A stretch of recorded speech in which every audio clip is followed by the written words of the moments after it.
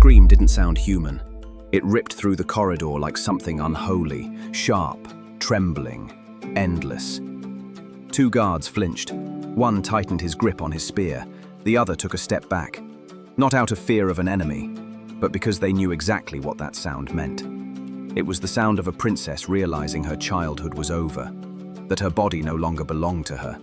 The cries echoed through the far wing of Golestan Palace, where the doors were thick and the walls never spoke.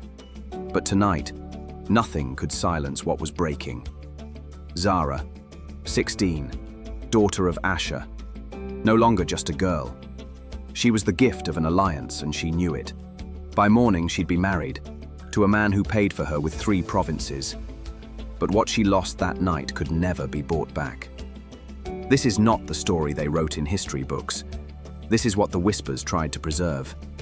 A truth wrapped in silk and soaked in silence.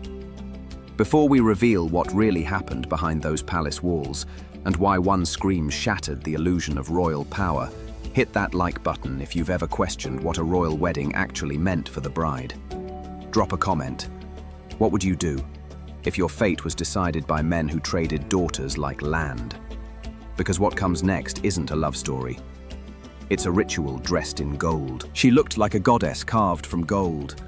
A princess of Persia, wrapped in silk, veiled in jewels, trained from birth to walk, speak, and breathe like royalty.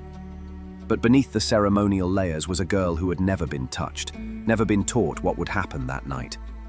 She only knew one thing. She was afraid.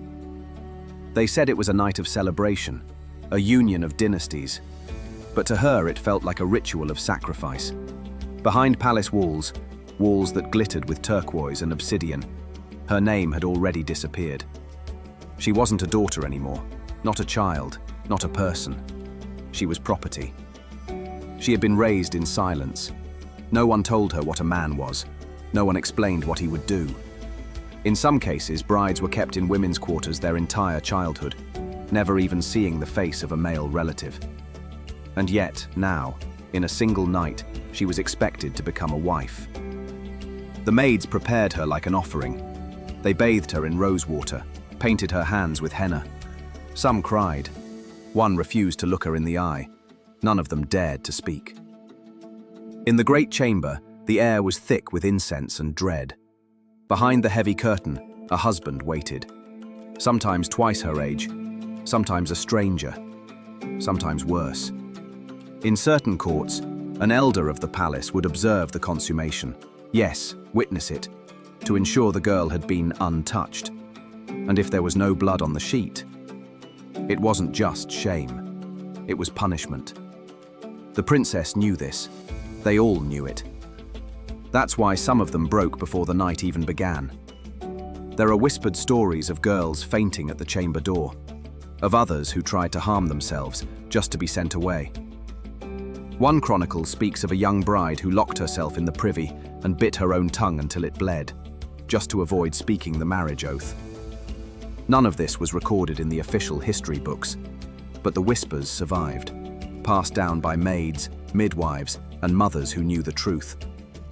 That beneath all the splendor and ceremony, the Persian wedding night was not about love. It was about power and submission. The palace was quiet, too quiet. Behind silk curtains and mosaic walls, a strange ritual took place. Not one of joy, but of obedience. Before a Persian princess was led to her wedding night, she was stripped, not just of clothing, but of identity. Her name became softer in the mouths of others.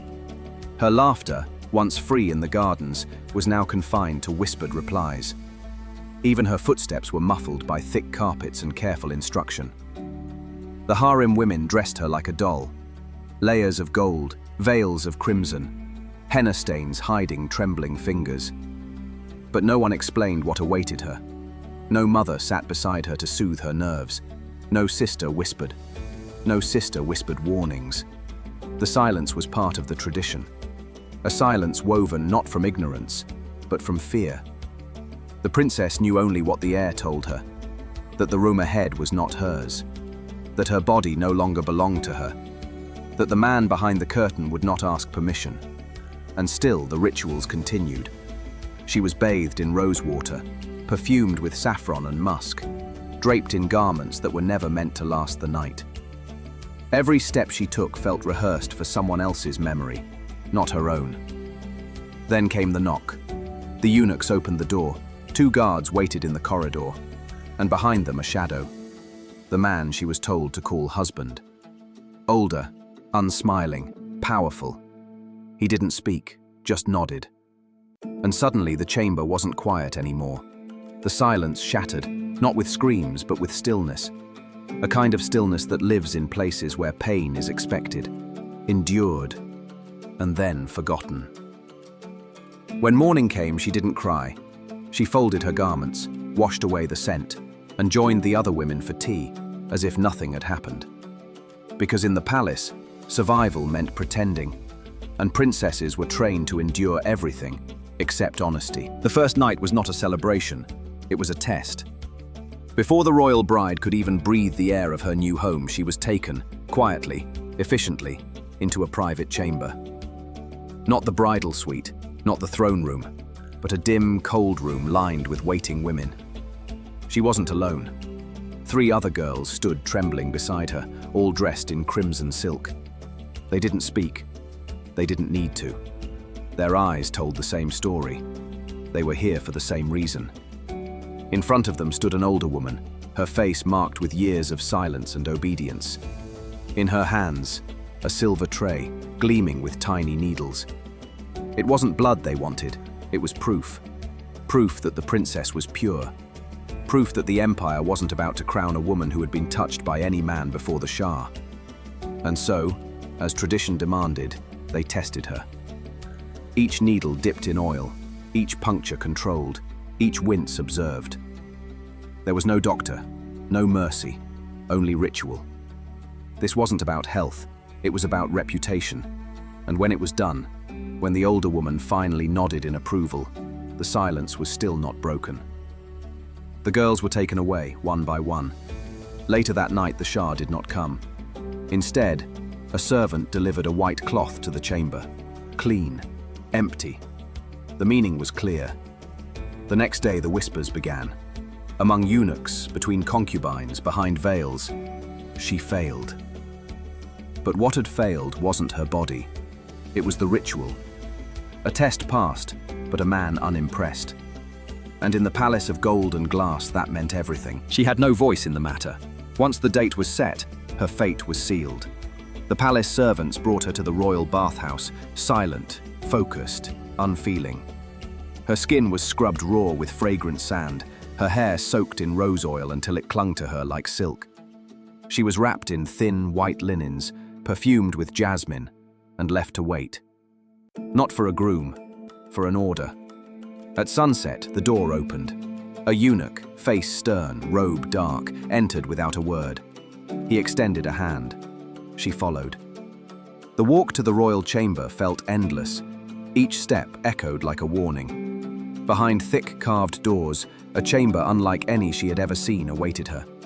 Drapes of gold, cushions the size of coffins, incense so thick it choked the air. And then, him, the Shah. Older than her, the Shah. Older than her father.